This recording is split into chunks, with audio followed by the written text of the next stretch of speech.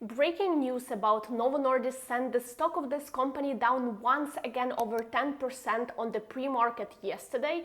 And of course, I was really upset seeing this piece of news because I rated the stock of this company as a buy back in August on my account on Seeking Alpha, and also I've made a couple of videos here on this YouTube channel saying I was buying the stock of this company. Just a quick spoiler, yesterday before the market opened, I made another breakdown of Novo Nordisk on my Seeking Alpha account, and I've got many comments from my followers that they've actually added on this dip and they actually added to their positions in Novo Nordisk. So I would really love to hear the same from you, because that way we can actually create a fuller picture and to really understand what's going on. Is this really the investor selling, or maybe it's just some weird triggering of the stop losses?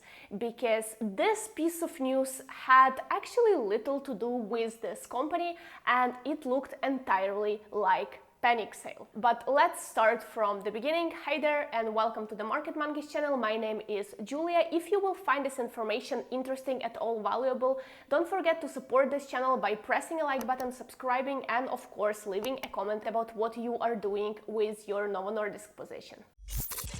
So what basically happened? Novo Nordisk had just announced yesterday that their semaglutide did not prove to stop or prevent Alzheimer disease. And this is what the company wrote on their release. The EVOKE and EVOKE Plus trials did not confirm superiority of semaglutide versus placebo in the reduction of progression of Alzheimer's disease as measured by the change in clinical dementia rating, sum of boxes CDR-SB score, compared to baseline. While treatment with semaglutide resulted in improvement of Alzheimer's disease-related biomarkers in both trials, this did not translate into a delay of disease progression. So first of all, this piece of news is devastating. It's really bad for us in general as humanity, because we are looking desperately for a ways to slow the progression of Alzheimer's, or ideally, of course, to stop it.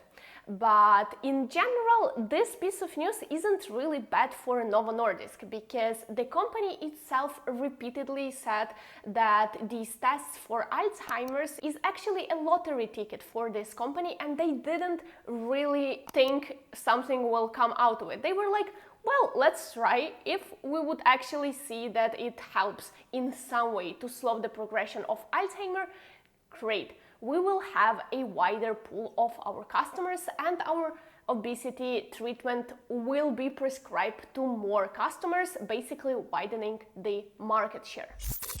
Now, the reaction of the market was completely insane in my opinion. Just take a look at this graph.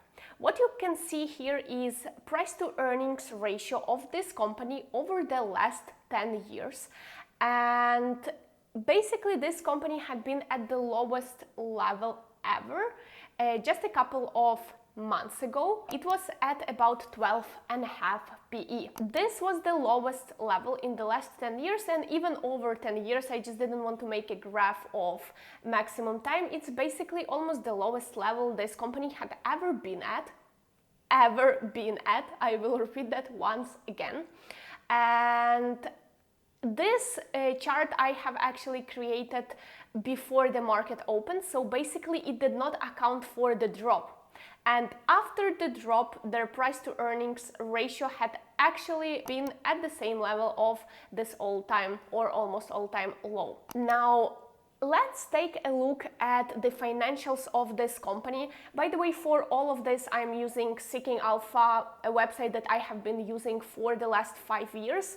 I am, by the way, contributing to this website only this year. So before, I've been just a regular user, and this website helped me in my investing strategies a lot. I took many investing ideas from there, so I really recommend for you to go and to make a free trial that is available only if the website has a huge sale, and it's happening right now because of the Black Friday. So you can go and check it out completely for free, and I am sure you will find some nice ideas for yourself over this time frame of 7 days. So if we go and actually check the financials of Novo Nordisk here in Seeking Alpha, over the last 10 years, we would actually see that annual revenue of this company grew from $15 billion back in 2015 to almost $50 billion in the trailing 12 months. That's over 3 times growth.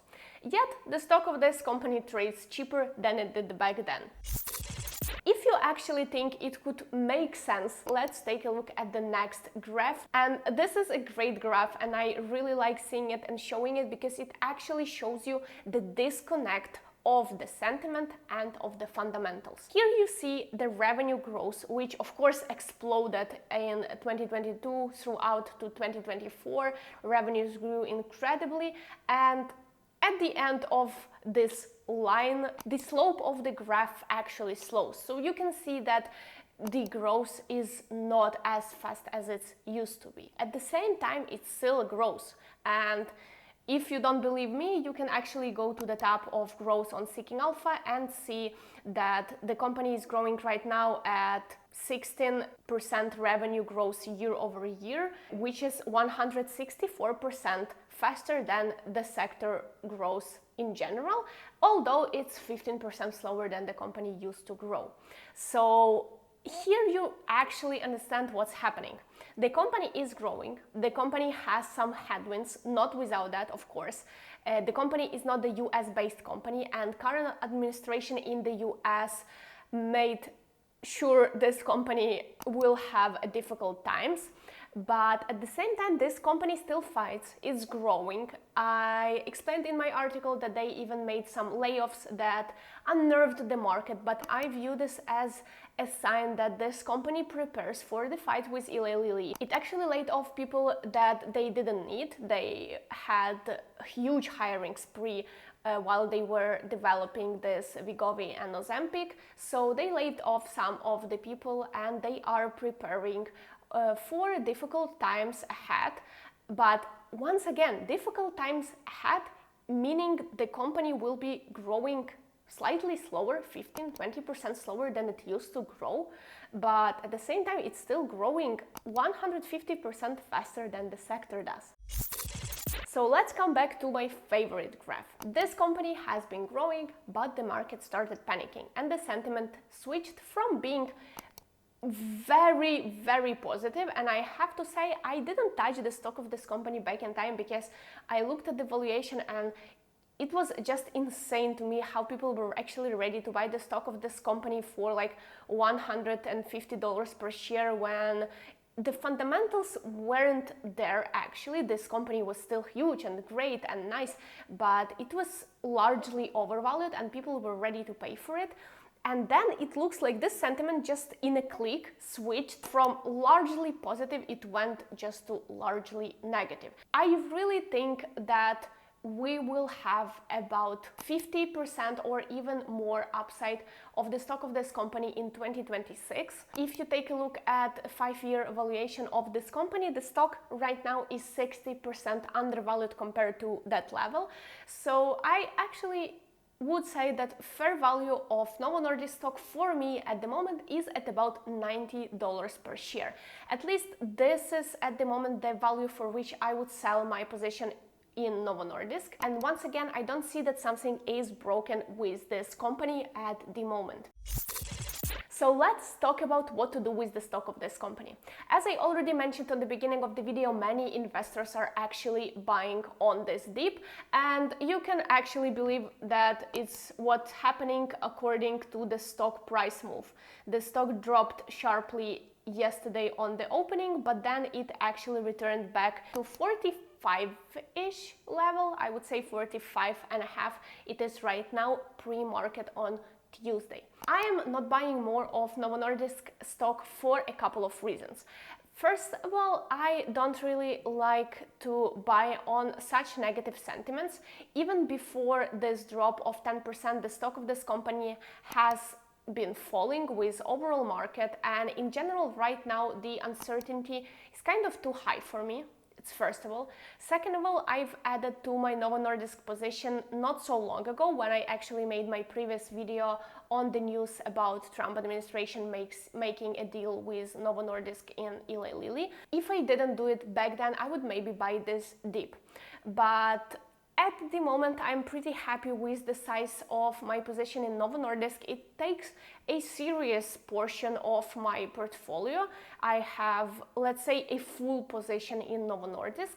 And by the way, important to note that when I bought the stock of Novo Nordisk, I actually bought the stock of Eli Lilly just to hedge myself, because these two often move in different directions. I've actually had an article about this on Seeking Alpha. You can go and check it out if you have an account.